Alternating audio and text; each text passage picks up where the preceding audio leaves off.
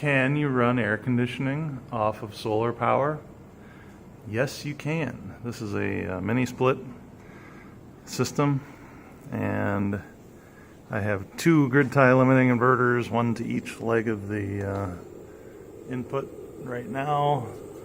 That's it's putting out 630 watts on this leg, only using 9 watts off of the mains power, and this one is making 705 watts and only 14 watts off of the grid right now.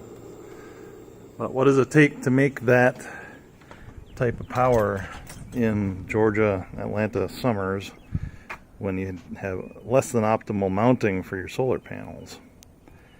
That is 39 panels, and they're running at a very low voltage, so they're only making about 65 watts a piece.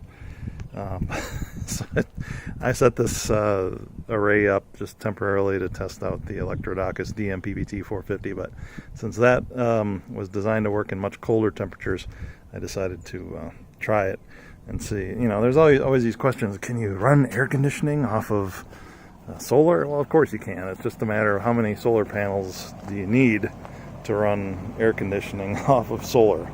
So yeah, warm air is coming out of there, cold air is coming out inside. So yeah, of course you can do it. Just gotta have a lot of panels.